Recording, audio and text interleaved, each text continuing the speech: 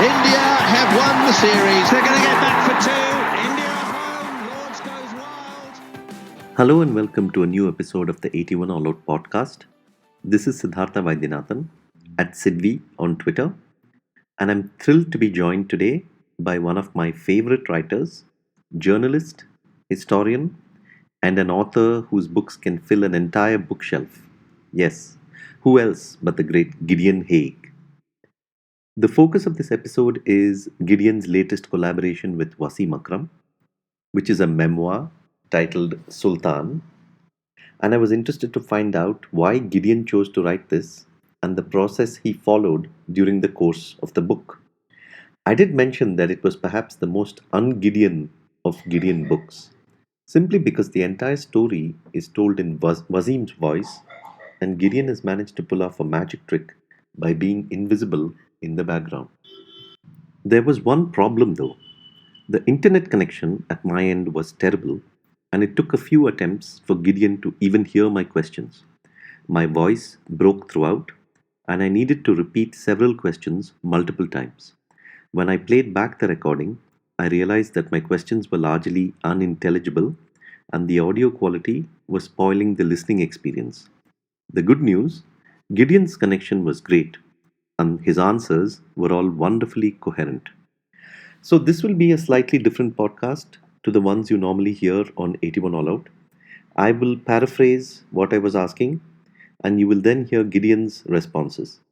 This will not be a free flowing conversation, but I hope that that will not distract you from the stories that Gideon narrates about his partnership with Wasim.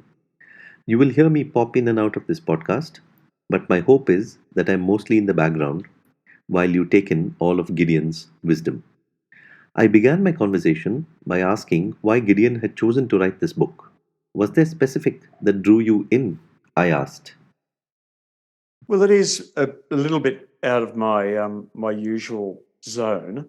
Although I had earlier this year published a diary with Dan Christian of his year of playing T20 cricket around the world.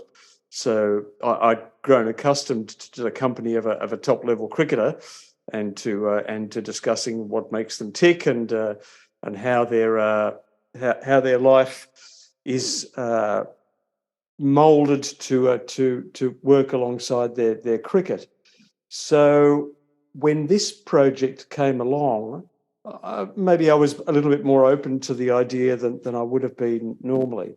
Of course, there's a very, very small elite of cricketers who are worthy of comparison with Wasim Akram. So, in that sense, there was an allure when his wife approached me, and I think the other thing that interested me was that he had waited so long to tell his story. He hadn't felt the need to cash in, as it were, in the immediate aftermath of his career. He'd kept his own counsel. I could sense that there were events in his cricket career that were more and less difficult to talk about. They're pretty obvious, really. So I sort of wondered why now. And of course, when someone decides after 20 years to do their book, that's because they want to do it, not because they have to do it. There was no necessity for Waz to cash in on his existing fame. There was no need for him to take advantage of his relevance to international cricket. So when I first talked to him, I was pretty keen to get a sense of what he wished to accomplish. And the first thing that he alluded to was the fact that his kids, his two sons by his first wife, Humar, now in their 20s, studying in the United States, and his daughter with Shanira, Isla, who's now 7 years old, none of them had any recollection of his playing. And they'd grown up having experiences very, very different. It could not be more remote from Wasim's experiences of his own upbringing. So in that sense, it was an attempt to bridge that generational gap between Wasim and his offspring, which I thought was a worthy idea. And I also hoped, and I think I was vindicated in this idea, that 20 years is a good opportunity for a cricketer to develop a sense of context around their career.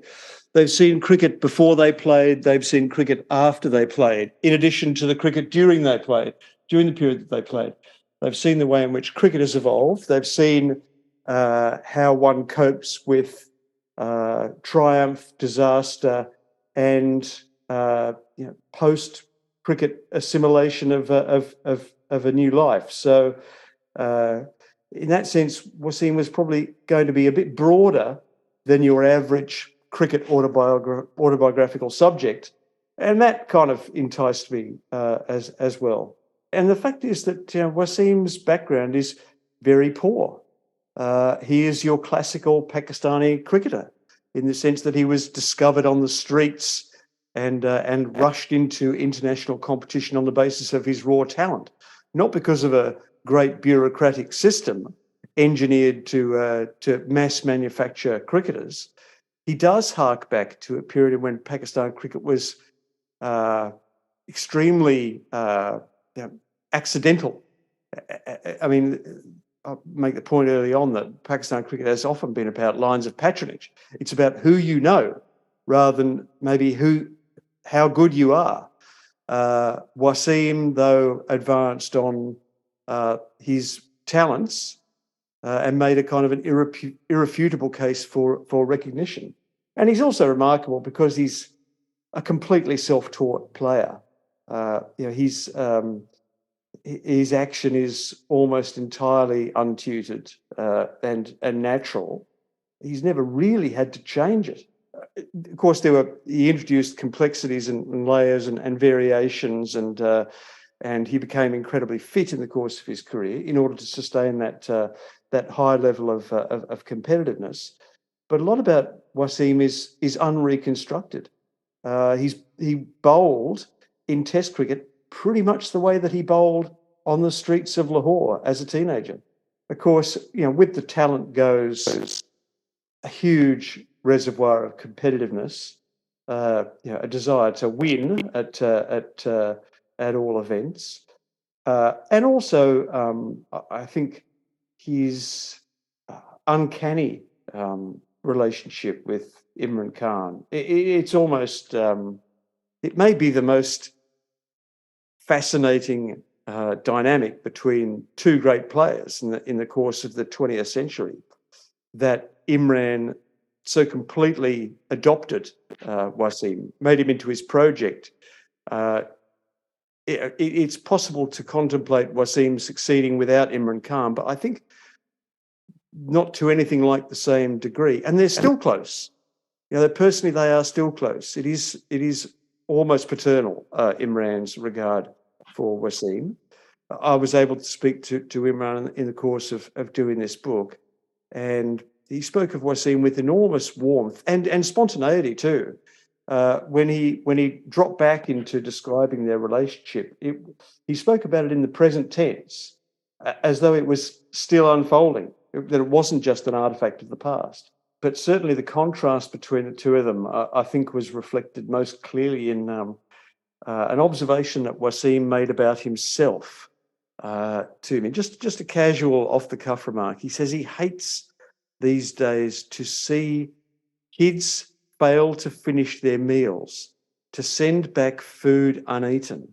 I thought that was really fascinating because he remembered being young and being hungry, starving for nutrition as well as for attention. That's something that Imran Khan never had to do. In some ways, Imran's career was predestined. He came up via the English county and university system. He remade himself later in the 1970s, but his initiation in the game was he was to the manner born, if you like. Ravi Shastri actually made an interesting point to me. He said that one of the things that was very challenging about playing Wasim was that because he rushed through the crease, he didn't give you any sort of trigger. He didn't allow you to synchronize your pre-movements as a batsman with a delivery stride. So the first time you faced him, you were absolutely helpless against him. It took a long time for you to calibrate your game according to Wasim Akram. And in that sense, Wasim set the terms of every engagement. I mean, amazing cricketer. He gave enormous thought to what he was doing as well as having natural talent. And he also inherited that role of being a leader from Imran. Imagine having to live up to the leadership role, the leadership shadow that Imran cast. It's not an assignment that anyone would undertake willingly, and of course, he grappled uneasily with it, as did most Pakistan cricketers of the 1990s. But it is amazing that he managed to defy that tendency towards instability by being such a consistent performer himself. One of the things that struck me from that response was Gideon talking to Ravi Shastri and Imran Khan about Wasim Akram for this ghosted memoir or autobiography, if we may call it. Asked Gideon to talk a bit about the process of writing the book and how much of it was his journalism of talking to other cricketers and members of his family and everyone else around him, and how much of it was speaking to Wasim himself and trying to distill what he was trying to say about his career and his craft. Well, early on, we had delusions about the possibility of my going to Pakistan in order to do the book, but these were unfortunately vanquished by COVID. So an awful lot of it had to be squeezed through the suboptimal medium of Zoom, which, as good as it is, isn't anywhere near as pleasing or intimate as sitting in the same room as someone. However, we were able to build sufficient of a rapport over Zoom that by the time we sort of pushed some of the more difficult stuff down the pike until Wasim was in a position to come to Australia. Some people might know that Wasim lives part of the year in Australia. He is married to an Australian woman, Shanira Thompson. They have a house in Brighton. Isla, his 7-year-old, is at school here. So he divides his time between Australia, Pakistan, and England, where he also has a house in Altrincham. So he was able to come here towards the end of that process, and we sat down together in his living room, and I asked him questions. When you do something like this, you have to be enormously well prepared. I developed an encyclopedic knowledge of Wasim's games. You have to know everything. You have to almost know more than your subject in order to get the best out of them. But one of the interesting things about this book is that because we were coming along 20 years after his career finished, it was not as though we were recapitulating games that were within a lot of people's memories. A lot of games from Sharjah, a lot of one-day bilateral series, they might have been sensations of the moment, but their significance had rather vanished with time. And I didn't really see the point in recapitulating those games in enormous detail. I had to know about them, but it was a case of judiciously choosing from what Wasim was able to tell me of what he remembered in order to make the book tick. I've seen countless autobiographies undermined and made incredibly boring by the process of, if this is Friday, it must be Faisalabad, that endless recapitulation of game after game after game, which is as grueling for the reader as it probably was for the cricketer themselves. So I did all the hard yakka, but when it came to writing it, it was important for me to choose judiciously, to edit it, not to simply conduct sort of high-level stenography. This is proper journalism, and it's journalism that benefits, as you say, from the inflections of or the refractions of Wasim that other people were able to offer me. It started off as the idea that I would speak to cricketers around the world or who were friends of Wasim, who had recollections of him. But we went further than that. I actually discussed the mechanics of facing Wasim. I had a fascinating conversation with Sachin Tendulkar about him. Fascinating conversation with Anil Kumble, Rahul Dravid. They're all really, really helpful because all cricketers are at some level cricket fans, and who couldn't but be transfixed by the mastery of a cricketer like Wasim. So it was a composite. It was an aggregation or accumulation of anecdote. It involved a sort of an iterative loop.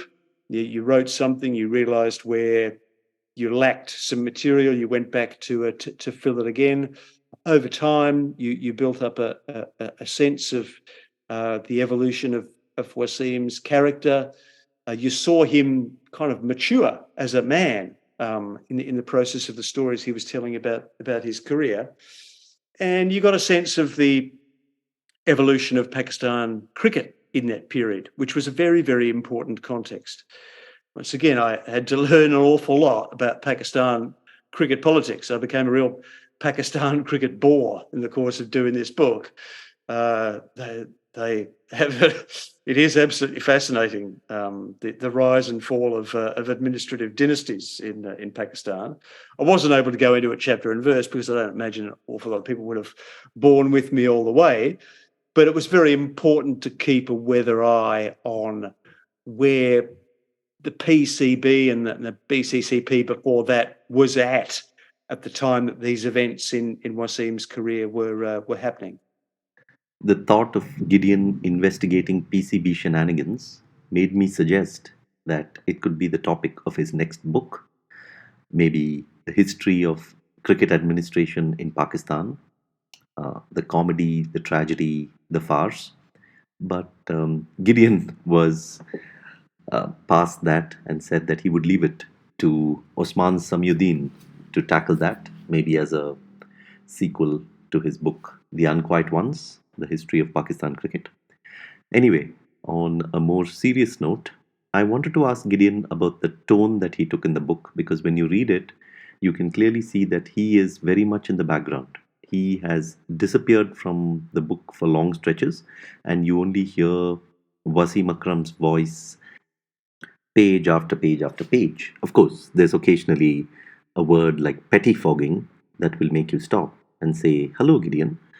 But mostly, you only hear it the way you think that Wasim Akram will talk.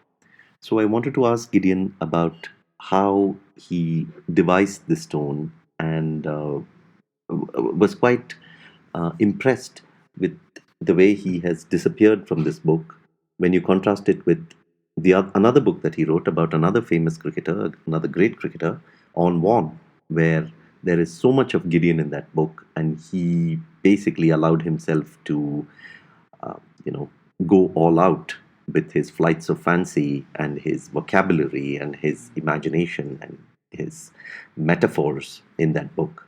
So I wanted to know how he compared that to this. Oh, of course, of course. I mean, this is a completely different project. I'm an enabler or a medium here, not a radical interpreter as I was in On Warne. I'm always reminded of that the stories that Arthur Porritt told about trying to write W.G. Grace's autobiography. Porritt was a journalist. He was the editor of the Church Times. He was asked to write Grace's book, and he found Grace a terribly, terribly difficult subject to get anything out of. He said he would finish days of work with Grace in complete despair. He would ask questions of Grace like, what were you thinking? What were you feeling when you scored 150 at Brighton that day?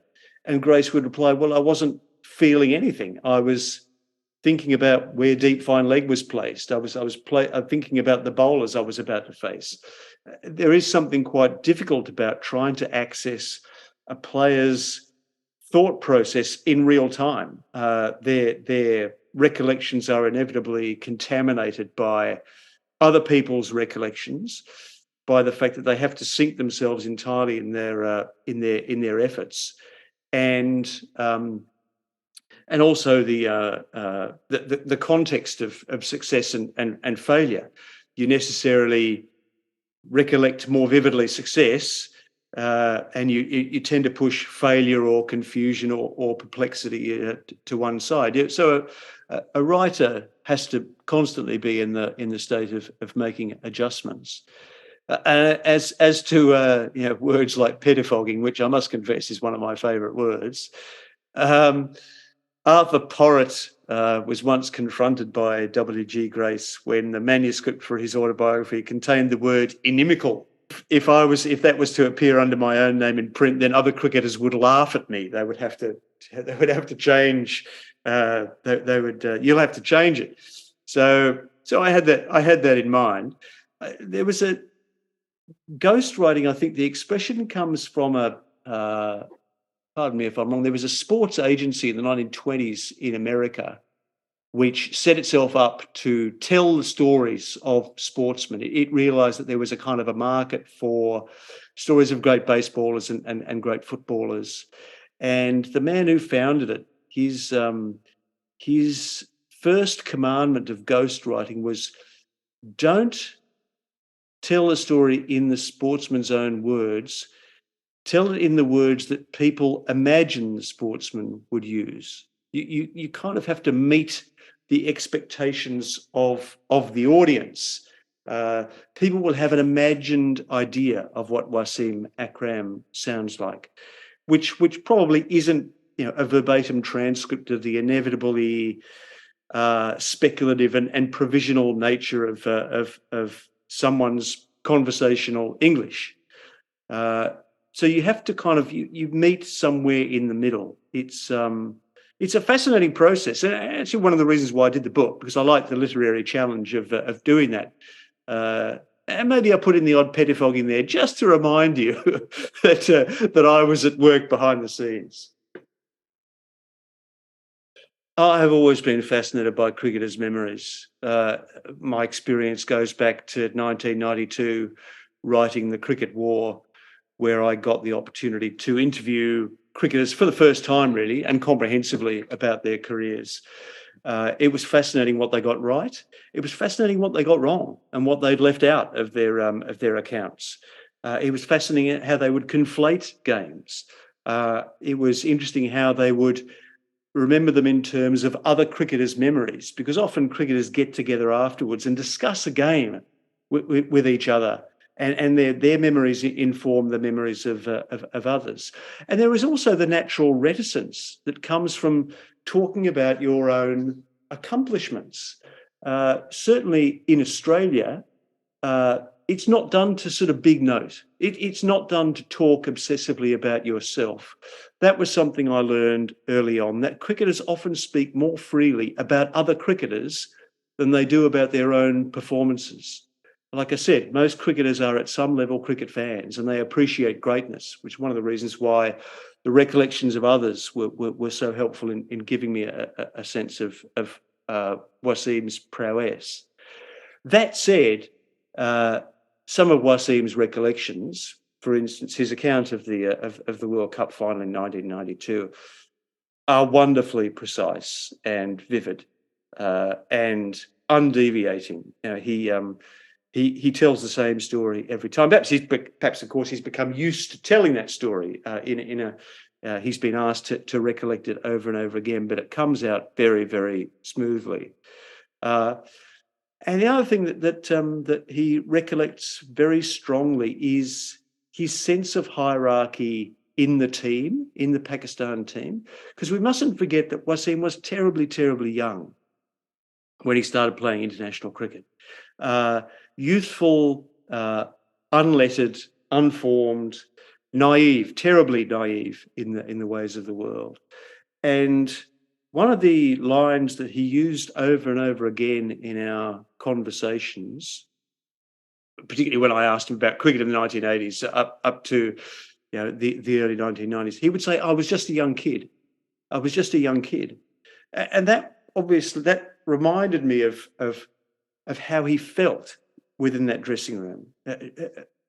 overawed and daunted by the huge reputations and personalities of Imran and Dravid and others. He didn't really take himself all that seriously until Imran and Dravid passed from the stage, and he found himself thrust into leadership positions. And I think that he found that came on very suddenly, and it didn't sit well with him originally. He didn't quite know what to do as a young captain. He'd never captained a team at any level before he captained Pakistan on that tour in the West Indies in 1993, and it showed. He took from Imran that leadership model, that very sort of charismatic leadership model, that very authoritarian leadership model, which of course did not suit a man in his mid-20s anywhere near as well as it suited Imran in his late 1930s. And I think in that sense he became very confused about how he was meant to approach leadership. I think it's actually quite impressive that it's something that he doesn't probably get enough credit for, is how he matured as a captain, as a leader, how he took the failure of his first period as captain and rebuilt himself as a blender of personalities and a mentor to younger cricketers, which is something that's continued into his post-playing career. I think he's a very good coach. He has a fantastic rapport with players. In some senses, he's a real player's player. It's not like he envies current players, but he has a capacity to identify with them now, to identify with their travails and pressures, and to sympathise with them in their lot. One of the aspects of the book that really stands out is how Wasim can be both extremely critical and extremely gushing about a teammate. I mean, a classic example is Salim Malik, who he really admires as a batsman and who he raves about when he talks about some of his fine innings, especially against spin.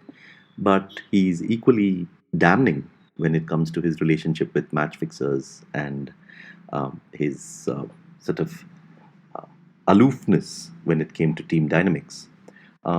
Probably the only cricketer that receives only sheer praise is Imran, and everybody else is somewhere in between high praise and high damnation.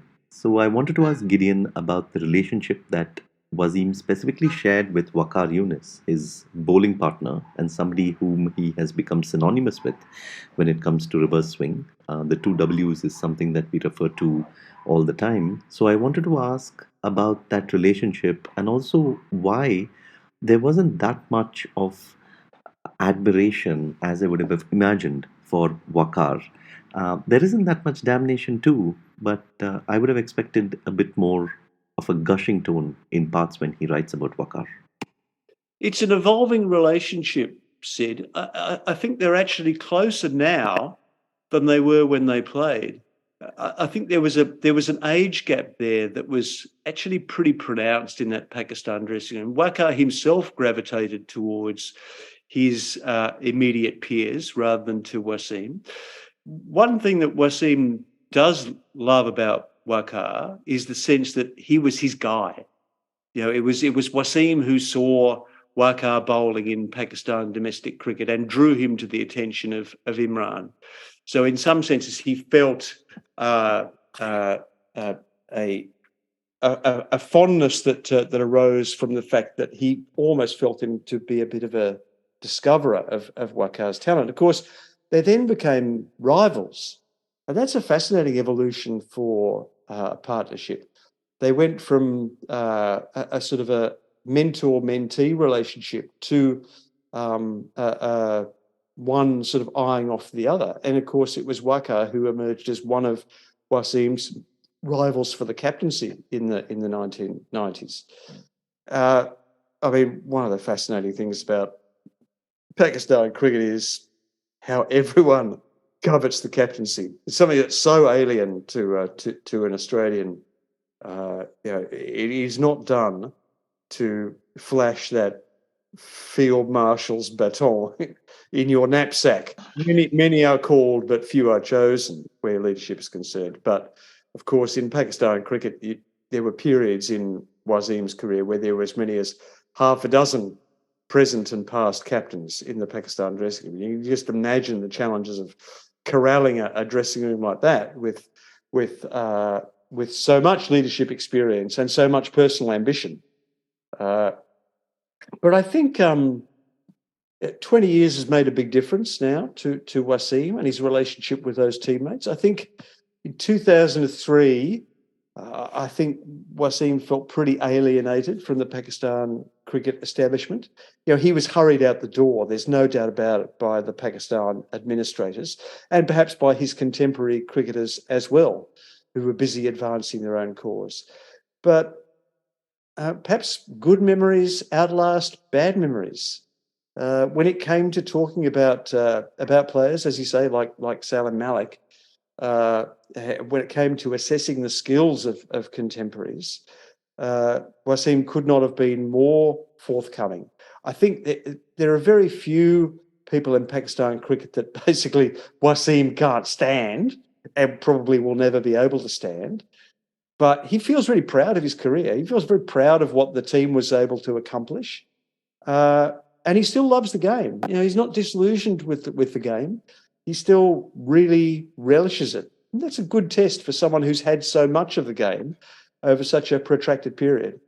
I was able to connect with a few Pakistan cricketers, but they were not particularly reliable at getting back to me, let's just say. It was challenging. And even Imran was hard to get to. I had the devil's own job getting to Imran, but when I got him, he was fantastic. I probably spent about 6 months trying to track Imran down. I had about half a dozen different WhatsApp numbers for him. They kept running out because, of course, Imran changes his number every other week.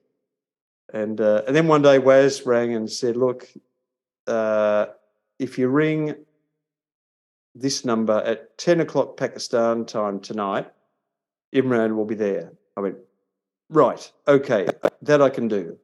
It was 3 o'clock in the morning Australian time, but I thought, no, I'm up for this. So I got up at 2:30, I rang the number, and it rang out. I thought, not again. And then just as I was about to toddle off to bed, I got a text message from Imran saying, "Call me back in an hour." So I rang him at 4 o'clock in the morning from here. And it was actually the night of the elections in Punjab in Pakistan, where Imran's party had won an amazing victory. And he just had back-to-back party meetings afterwards. But it does tell you something about Imran's regard for Wasim, that even in that moment of political triumph, he was very happy to start talking about his former contemporary. And he spoke about him really perceptively, I thought, really thoughtfully. And like I said, in the present tense, it was almost like they were about to take the field again tomorrow together. I wanted to ask Gideon about the challenges that Wasim faced in his career. This was both the physical challenges as well as the emotional challenges, and also the challenges that come from being part of the Pakistan team of the 90s that was so riven by personality cult and ego and everything else that went on. Wasim was diagnosed with diabetes pretty much midway through his career, maybe slightly later than midway through his career, but early enough when he had a chunk of playing time left. And he also had a lot of personal trauma that he had to endure, um, in his post career as well as during large parts of his career because of the scandals around match fixing, because of the sort of the shenanigans around the Pakistan board, the backstabbing about his captaincy, and so on and so forth. So I wanted to talk about this highly physical and emotional toll that cricket took on Wasim. And very often, when you're reading the book, you're thinking that perhaps the greatest bowler of all time, was also perhaps one of the most tortured cricketers of all time. Yeah, it's fascinating, actually. It's fascinating because, of course, in the second half of Wasim's career, he was bedeviled by diabetes, a very public condition, very rare for a sports person in Asia to make that so clear. I didn't say this in the book, but I suspect that it was a huge disadvantage, but it wasn't entirely negative in Wasim's career. It did compel him to give much more thought and apply much more system to his physical conditioning after 1998. He did actually have to look after himself. As he says, all of a sudden he had to pay attention to what he was eating. He had to make sure that he looked after his physical fitness rather than relying on his natural fitness. So it introduced a level of essential discipline to Wasim that he perhaps benefited from. I think he also in that period probably benefited from the fact that he had reached a stage in his career where he was a recognised great. He'd achieved that position of eminence relative to the rest of his contemporaries that allowed him a certain freedom, a certain dispensation. Players in Pakistan at the time were very powerful, and the administration was actually quite weak. The administration was always temporary. It was always being made over. There was a constant churn of administrators there. The players, of course, played through that period, and they had to endear themselves naturally to the next administration. But the power relations, I think, were maybe a little bit different to the way they are in Pakistan now, where, of course, there is no the employment market is a monopsony structure, where the players there are very few player agents. There is no player trade union. The players, in some respects, have gone backwards relative to the administration in Pakistan since the peak of Wasim's career. Yeah, I mean, it's a book about cricket, but it's also a book about fame, and that very particular South Asian fame with its peculiar intensity, its volatility, and its vulnerability. So, Wasim has ended up being a good advertisement for fame. I think he enjoys it now. I think he enjoys his continued eminence and relevance, but he's had to get there the hard way. Interestingly, he talked about his drug habit very early on in one of our very earliest conversations. He said, "I want to make a clean breast of this," but we didn't get around to talking about it until very late in the process, by which time I think I had earned his trust, and he was prepared to be very, very forthcoming about it. It surprised me, actually, that he was prepared to be that vulnerable. But I guess that also comes with the maturity of age. He's a man in his 50s now. He's not a man in his 30s. We're basically the same age. I think he's 6 months younger than I am. So we're kind of confronting middle age at the same time, with all the kind of the doubts and perplexities that come with that. That possibly helps. I think he's actually. He's a very interesting man as a study of a famous person and a study of a man of his country and also of the world. You probably couldn't get a more cosmopolitan Pakistani than Wasim. He's very well travelled. He's at home in all cultures. He's multilingual. He's lives comfortably. He lives well. He lives at a strata of society that's kind of a little bit out of touch with day-to-day experiences. But part of him is so Pakistani that it's almost impossible to imagine him coming from any other country. He's a wonderfully courteous person, Wasim. That was perhaps one of the big surprises about him. He is very civil. He understands the social graces. He is, when he meets you, he's quite ceremonial in the way in which he relates to you. He's good at small talk. He's a nice guy. without perhaps losing a sense of his amazing accomplishments. He's very comfortable with that fame now. He's proud of his cricket, and he's proud of being a Pakistani. He's had all sorts of opportunities to leave the country, to set up permanently elsewhere. But you can take the Pakistani out of Pakistan, but you can't do the opposite. And that's why he spends as much time as he does now in Karachi, while also maintaining this fascinating link with Manchester, where he played for Lancashire for 10 years, and he still spends every English summer. Absolutely loves the place, loves the bonds that he formed at Lancashire. He's very, very close to the members of that county dressing room at the time, and relishes them, I think, particularly so because they were so different to the bonds that he had in the Pakistan dressing room. Lancashire was where he went to recuperate after the traumas and tribulations of playing for Pakistan. And in that sense, probably was very important to prolonging his career for as long as it went. He came to Australia for that period of the writing of the book, and I know that we had some sessions at his home in Brighton where he spoke for an hour and a half. We got on to 2 hours, and he just said, "I can't do any more. I'm completely exhausted." And he went off and he slept for the rest of the day. It was very, very hard for him to revisit. And we went back again the next day. So he had to do it in small increments. And I think part of him still feels really not cut up, because he's very happy about where he is. He loves his current family. He loves his current in-laws. But part of him's never been able to get over that loss. He gets a look in his eye when he talks about Umar, and it's a look that's seasoned with grief and regret and sorrow. I hope I've done a good job of conveying that, because it certainly wasn't a tap. It was pretty difficult to get to, but matched with an equal determination to get there on Wasim's part.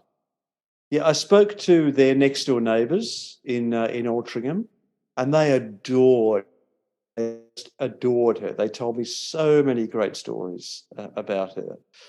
She was a really vivid personality in her own right, and a very, very accomplished woman who sacrificed an awful lot in order to be Wasim's wife, and perhaps didn't get the recompense that she deserved. Certainly not in the form of a long life. But I think what's been great about his second marriage to Shanira is that he has been able to re-establish his bond with his sons. Wasim is quite open about the fact that he was a classic Punjabi father who turned up every now and again in his son's childhood and showered them with gifts, and then went off to do whatever he did and left all the parenting responsibilities to Umar. Shanira, who's a wonderful woman, I can't speak highly enough of her, basically made it one of the conditions of their relationship. She said, you've got to be a better father. You've got to be a better father to these boys, and I'm going to help you, discover a common ground with them.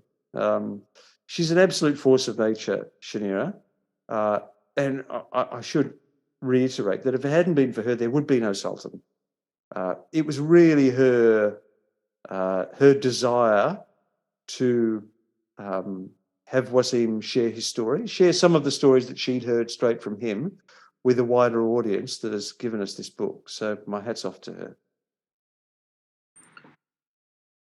Perhaps the most challenging chapter in this book for Gideon to tackle would have been the one around match fixing, because this involves the period in the late 90s and the turn of the century where there was so much muck being thrown about and so many allegations, especially in Pakistan, where almost every cricketer who played through the 90s was either implicated or was accused of doing some wrong or having shady dealings.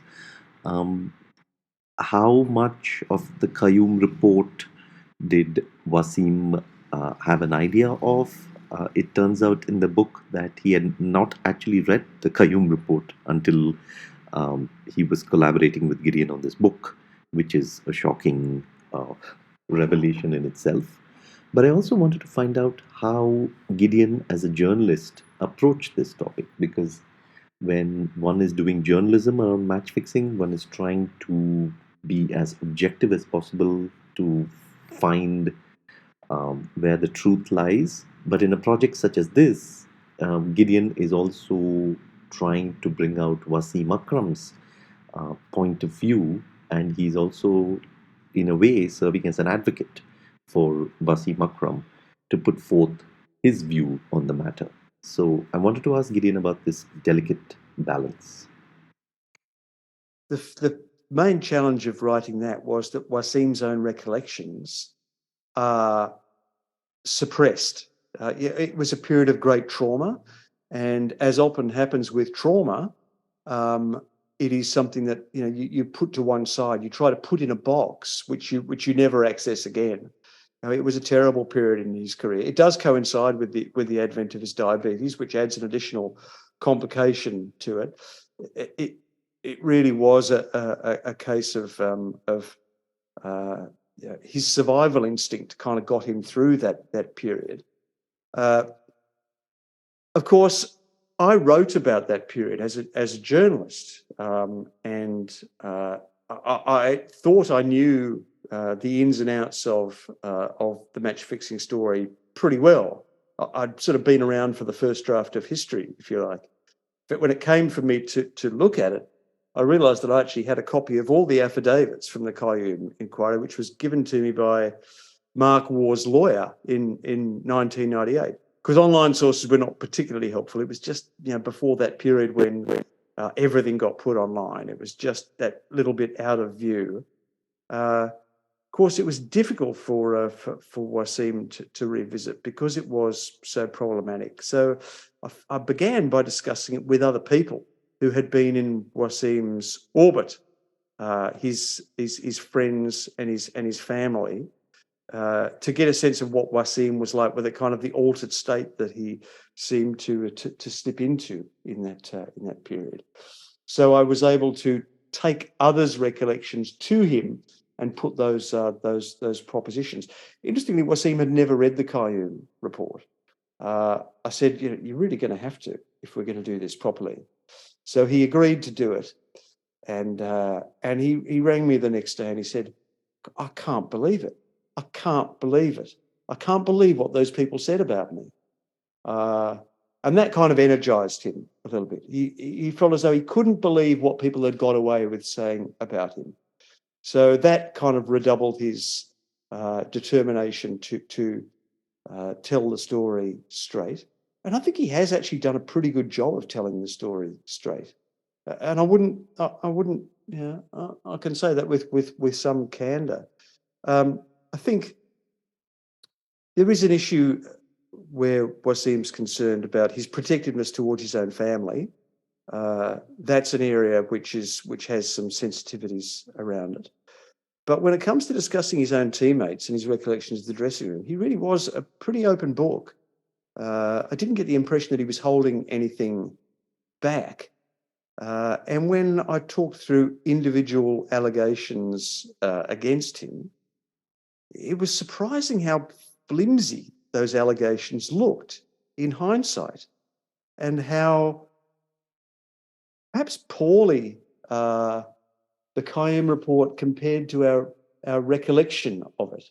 At the time, it seemed terribly authoritative. It seemed terribly suspicious. It seemed to conceal a sort of a vast continent of malpractice. You ended up walking away from the Qayyum report thinking, you know what? A lot of this is just one man's word against another. Unsupported hearsay allegations by people who may or may not have individual ambitions to advance. The passage of 20 years had actually made a difference to how I saw the Qayyum inquiry. And when it came for me to talk to Wasim, actually wasn't that difficult for me to believe it. If I was capable of abandoning my own preconceptions, I think it was not. It certainly wasn't forensic. It certainly didn't do anything to identify money flowing from one person to another. And of course, these allegations are always very difficult to prove and to disprove, for that matter. I think that, and I also think that a lot of it has to be interpreted in light of the administrative weakness of Pakistan cricket at the time. The fact that it was basically turned over to a quasi-judicial inquiry, but not one that had any standard of proof that could be tested at a judicial level. I mean, in the end, Wasim gets fined because there are lots of allegations, not because an allegation was proven. He was fined for sort of purposes of deterrence, to keep him on the straight and narrow in future, which is a bizarre way for a judge to operate. It was kind of sentence first, verdict afterwards, to borrow from Alice in Wonderland. It is characteristic of a cricketer who feels exposed by the system, who doesn't feel protected by their administrators, to gravitate towards those friends and associates who have been around for longest. Because if I can't trust them, who can I trust? So in that sense, I think Wasim was probably quite naive, and it's only with the wisdom of the ensuing 20 years that he's come to question the context in which those events took place. And it's something he says that he tells young Pakistani cricketers now, that that's not a mistake that you should make, because sometimes you evolve, but your friends do not. So you have to be more judicious in the way in which you choose your confidants.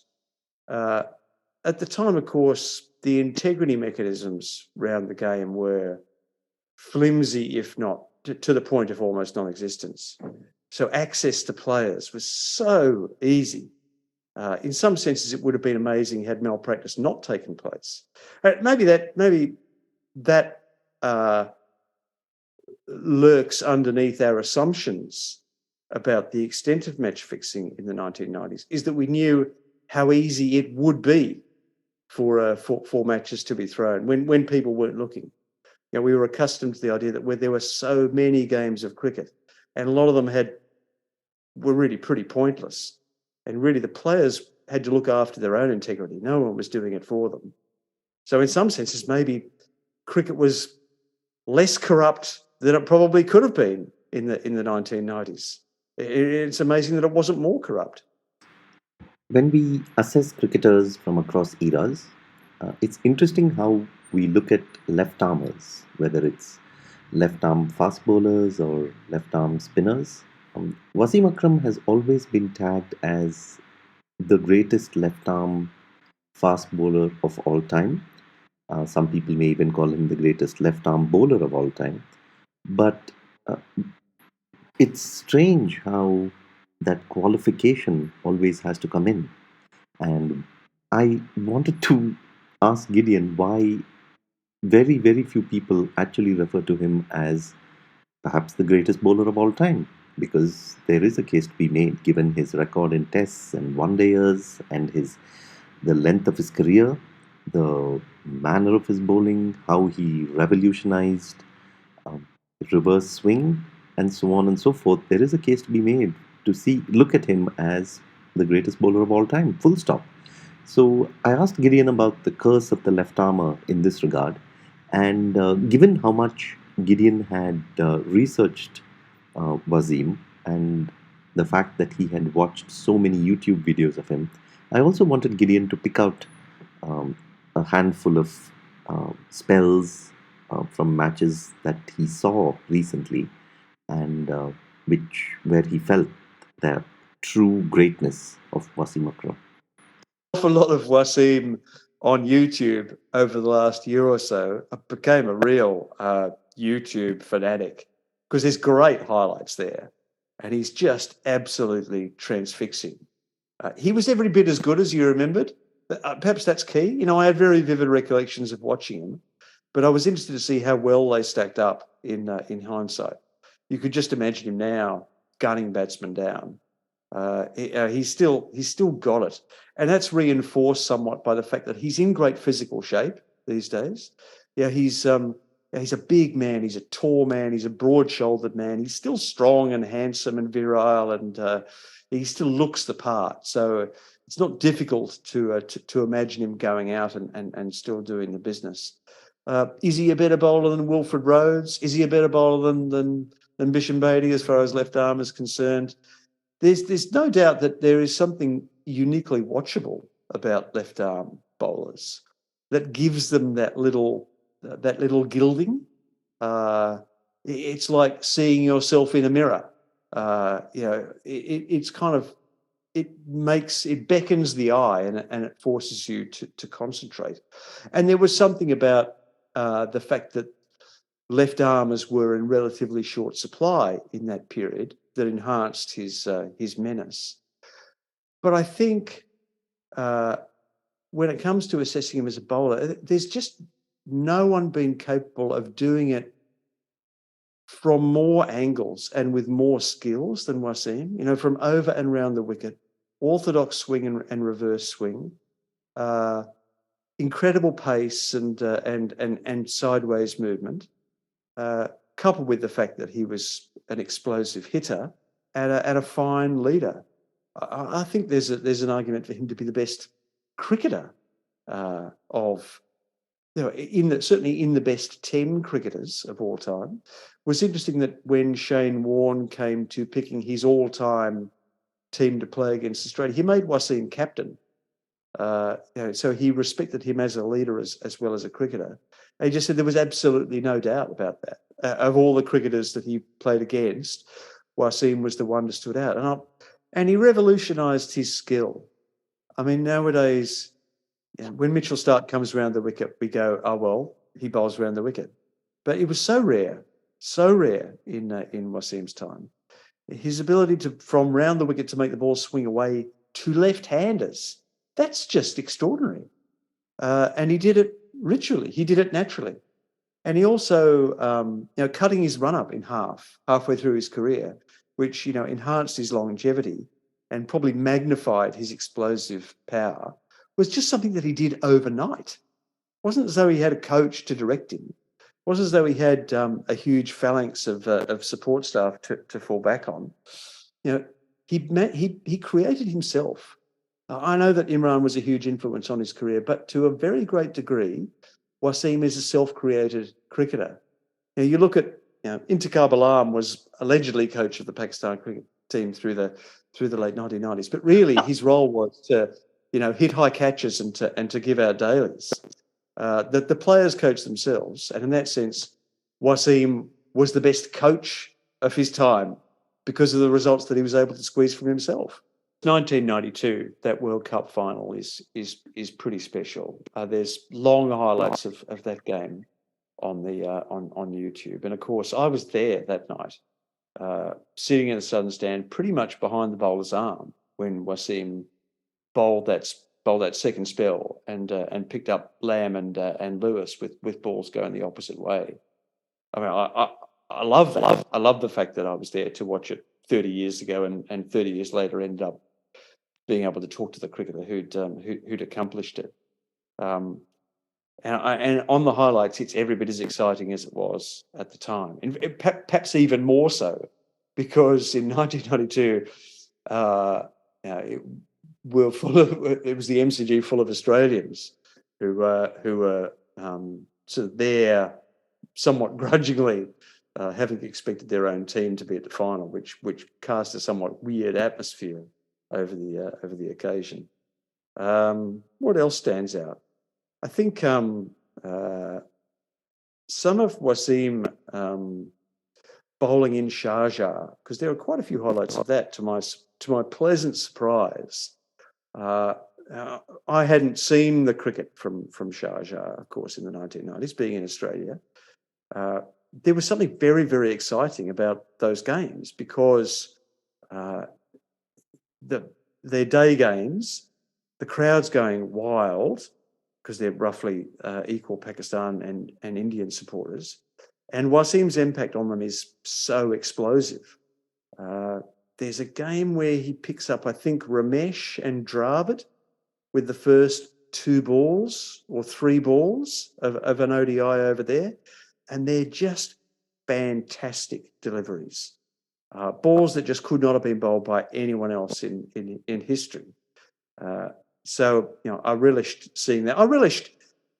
I also relished seeing the documentary, the 1999 documentary made by the BBC about that Pakistan tour of India, and a really nice kind of ground level take on the cricket. It's actually, it's a lot of the time it's shot from the dressing room or shot not from behind the bowler's arm, but from in the ground. And you got a real sense of the occasion, the amazing occasion around that series. It made me think that if there was a series in history that I wish I'd been there for, it would probably be that one.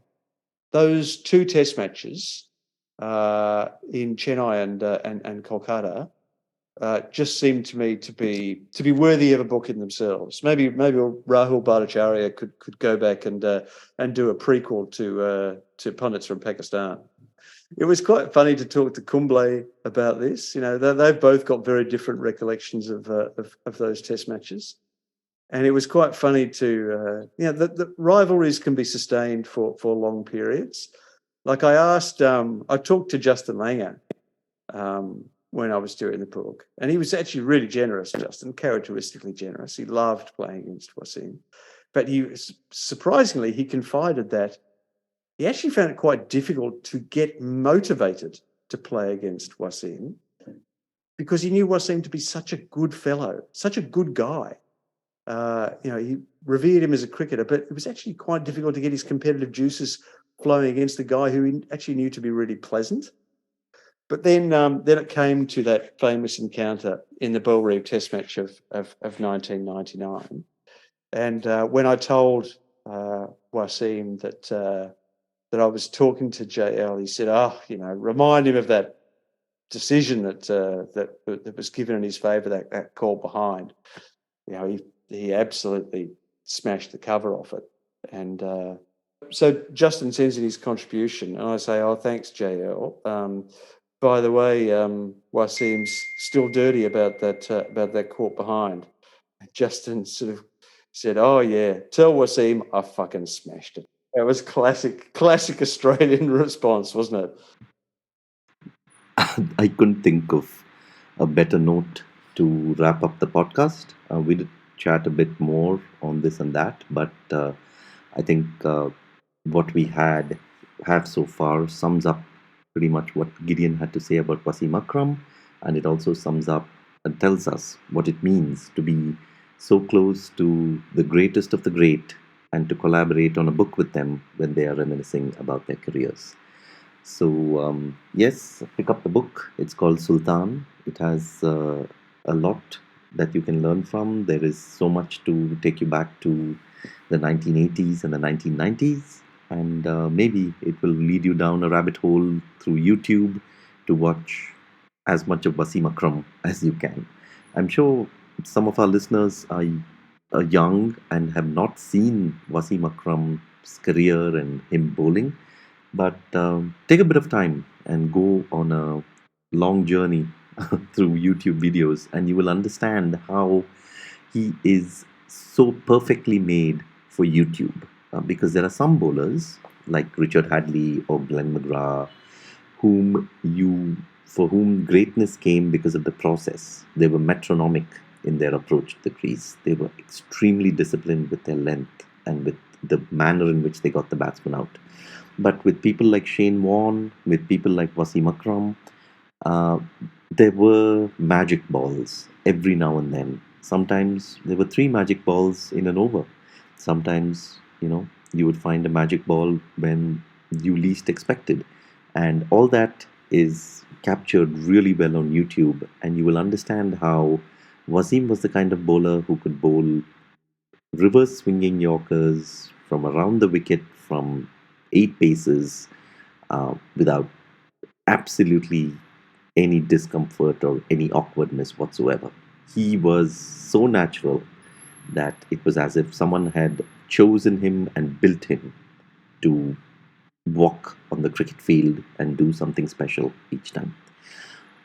So that brings us to the end of the podcast. Really, really big thanks to Gideon Haigh, who was kind enough to come and talk about this. Usual reminder, War minus the shooting and Cricket Beyond the Bazaar, two classic works of cricket literature, have been recently republished by 81 All Out Publishing, our venture into the book publishing space, where we are trying to revive old cricket classics. So pick those two up. I'll put the link down and you can pick them up on wherever you choose, online, or if you're in India, you can pick them up in some bookstores too.